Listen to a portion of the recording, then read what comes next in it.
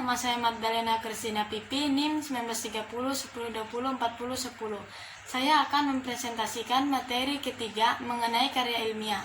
Saya akan mempresentasikan mengenai fungsi karya ilmiah.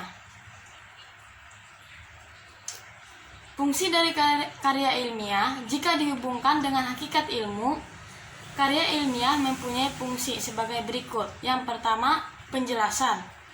Karya ilmiah dapat menjelaskan suatu hal yang sebelumnya tidak diketahui, tidak jelas, tidak pasti menjadi lebih diketahui jelas dan pasti. Nah, dari sini kita mengetahui bahwa penjelasan fungsi dari karya ilmiah itu menjelaskan sesuatu hal yang tidak kita ketahui sebelumnya.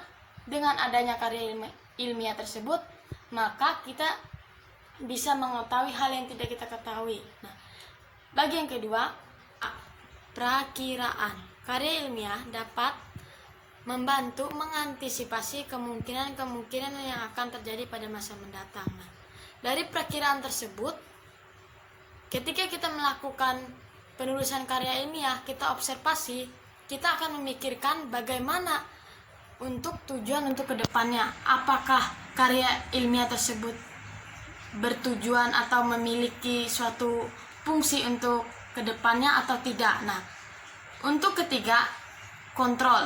Karya ilmiah dapat berfungsi untuk mengontrol, mengawasi, dan atau mengoreksi benar tidaknya suatu pernyataan. Nah, di bagian ketiga itu mengenai kontrol tentang fungsi karya ilmiah. Seperti kita ketahui, ketika kita melakukan penulisan suatu karya ilmiah, melakukan observasi di tempat, kita bisa langsung memperhatikan sesuatu hal yang memang tidak kita ketahui. Ketika seseorang menyatakan, contohnya saja seperti tumbuhan putri malo.